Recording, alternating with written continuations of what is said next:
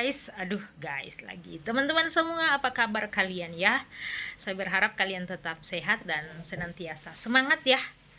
Teman-teman, hari ini saya ingin bercerita tentang malam ini saya sangat shock. Di mesin cuci saya mendapatkan uang 2.500 di dalam baju cuci. Jadi ceritanya seperti ini teman-teman semua. Yang kalian tahu, saya mengurus orang sakit. Singsang saya sakit.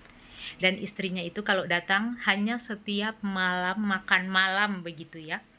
Dia hanya makan malam, habis makan malam bersama kita bertiga nih, sama saya sama Singsang, dia pulang ke rumah. Nah, dan Singsang saya sekarang ada di rumah sakit. Tadi dia datang tiba-tiba kayak orang plongo-plongo, kayak apa ya, lei wasli kok sam gitu.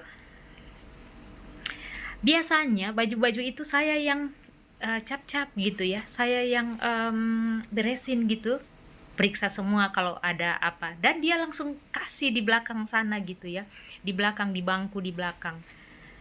Terus sementara makan seperti biasa teman-teman, dia selalu ngomong kita sama-sama ke rumah sakit begitu.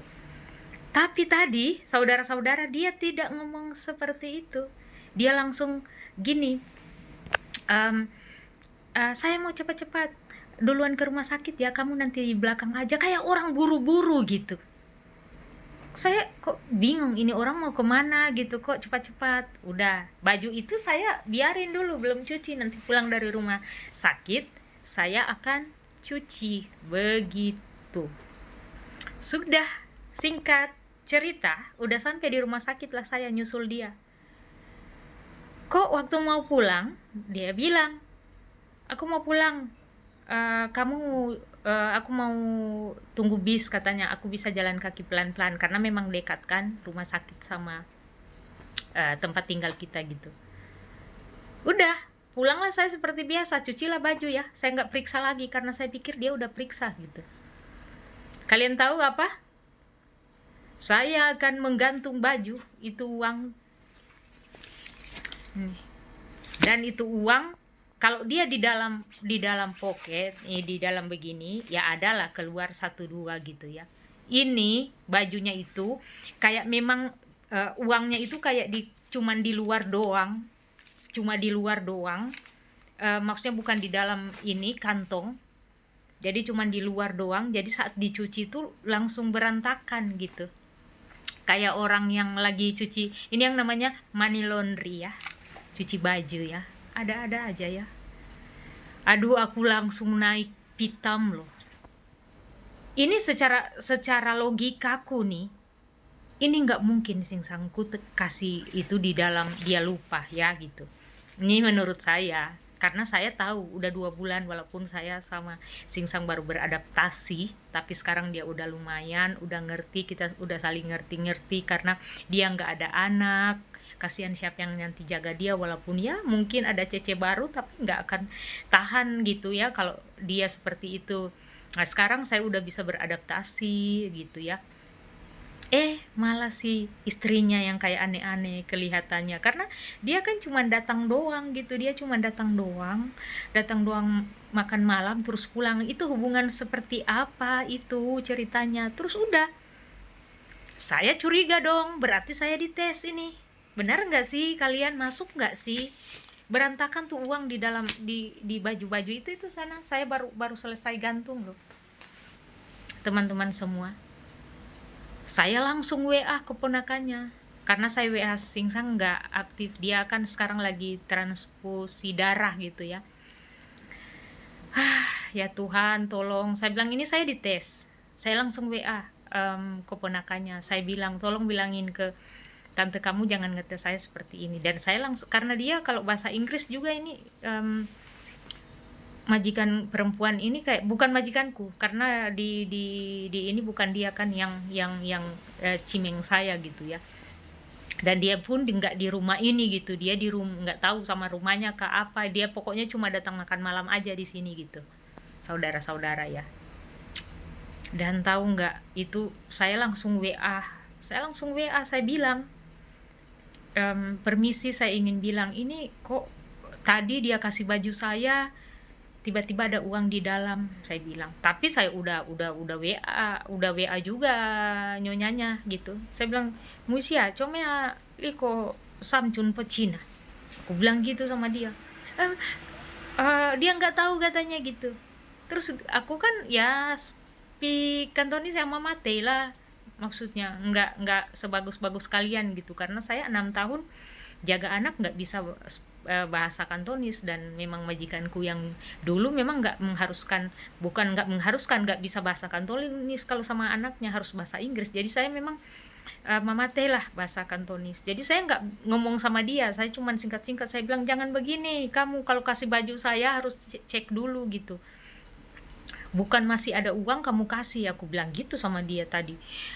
Terus aku bilang ke keponakannya, saya bilang, "Ini nggak bisa, ini danger buat kita pekerja migran loh. Jangan ngetes seperti ini loh." Makanya dari itu di sini saya ingin bilang ke kalian, kalau ada seperti ini langsung difoto, langsung disebar luaskan ke keluarganya, biar keluarganya tahu. Jangan diam-diam, langsung 3 keluarga saya hubungi, saya bilang, "Ini saya dapat ini bla bla bla, ini nggak bisa, ini kayak mengetes saya nih," saya bilang, "ini kayak mau try saya ini," gitu saya bilang. "Oh, mungkin katanya itu uang dari omnya, katanya udah lupa, kamu jangan takut." Saya bilang, "Iya." Terus dia bilang, "Jangan khawatir, keluarga kami baik." Saya bilang, "Iya, keluarga kalian baik, karena ini keponakan dari om-omnya." Saya tahu, saya bilang, "Tapi istrinya ini nggak baik." Saya langsung bilang gitu. Saya nggak pusing, saudara-saudara ya. Jadi ini gimana ya kalau dapat kasihan cece-cece yang lugu-lugu, cece-cece yang nggak tahu apa-apa, tiba-tiba dites seperti itu hanya karena $2.500 ini jadi masalah, anjing ya. Saya bilang, ini jelas loh saya marah gitu. Saya marah karena ini jebakan loh buat kita. Jebakan loh ini buat kita. Saya bilang sama keponakannya, ini danger. Saya bilang, "This is danger for my working, this is cannot like this." Aku bilang gitu. Ini seperti menguji saya bilang, "Terserah, kita kan bisa berasumsi, terserah. Yang penting saya udah bilang, jangan tes saya dengan uang." Saya bilang gitu. Terus akhirnya singsangku tuh aktif gitu ya, WA-nya gitu, mungkin udah selesai transfer darah kan. Terus aku bilang ke dia, "Nggak bisa gini," saya bilang. "Kalau saya nggak punya uang, saya akan minta ke kamu. Nggak perlu saya mau kayak tes begini," saya bilang. Ya Tuhan tolong. Jadi ini udah jam berapa ya? Mau jam 11 loh, saya baru selesai cuci baju itu. Dan saya lihat ada pantasan dia tadi kayak orang bingung-bingung loh, si nyonyanya itu. Saya nggak mau bilang nyonyaku karena dia sebelum saya tanda tangan kontrak udah dibilangin mereka udah berpisah gitu. Jadi kayak gimana ya, kayak aku nggak takut loh hal-hal yang seperti ini, ingin menjebak. Jangan jebak aku bilang. Aku nih kalau cuma masalah $2.500, jangan, aku bilang. Ya aku bilang ke keponakannya lah. Terus keponakannya bilang, "Udah nggak usah takut, take easy," katanya gitu. "Iya, kalian take easy, tapi saya udah dongkol nih. Nanti aku bilangin lagi ke tantenya," katanya gitu. Saya bilang, "Iya, bilangin. Jangan ngetes saya dengan uang kayak gini. Saya tahu tuh taktik-taktik seperti ini," gitu.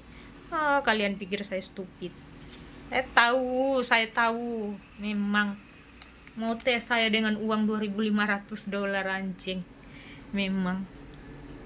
Ini naik loh darahku, saudara-saudara. Ini naik loh darahku. Serius. Ini besok aku mau tungguin dia kalau datang sini. Aku mau bilang, "Wah, ngayim liko ale ya." Aku mau bilang gitu sama dia. Apa sih? Tapi memang kelihatannya kayak ya cem-cem gitulah dia sekarang. Silakan nguruslah suamimu di sini, iya kan? Jangan pergilah, gitu maksudnya. Aneh-aneh. Pantas tadi di hospital banyak argumen dia, bla bla bla, kayak marah-marah gitu.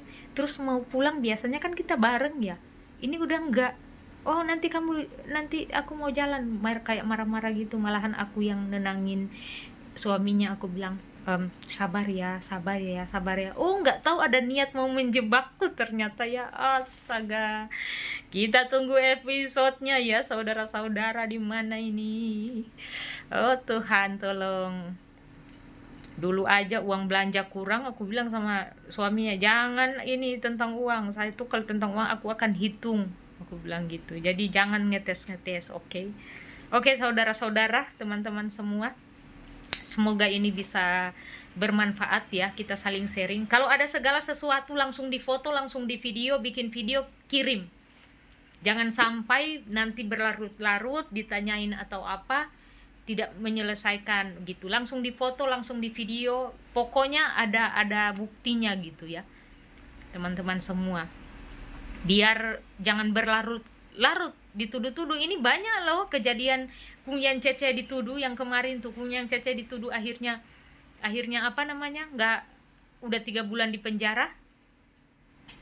Benar nggak sih? Aduh, kan main. Oke, teman-teman semua ya, tetap jaga kesehatan dan tetap semangat buat kalian semua. Kita sama-sama lagi berjuang. Be smart, dalam arti bekerja juga kita harus smart. Jangan terima. Kalau memang merasa majikan kayak aneh-aneh, gas ya. Kita ini manusia, masih ada kesempatan untuk hidup, untuk kita berpikir yang baik. Kalau memang majikan kita kayak, jangan kayak sabar sampai ditindas, kayak kejadian kemarin, sampai dituduh, dia nggak bisa bikin apa-apa, begitu kan. Jadi ya begitulah, pokoknya kita harus cerdas lah dalam bekerja lah, begitu ya teman-teman semua. Tetap semangat, tetap jaga kesehatan ya. God bless all, bye bye.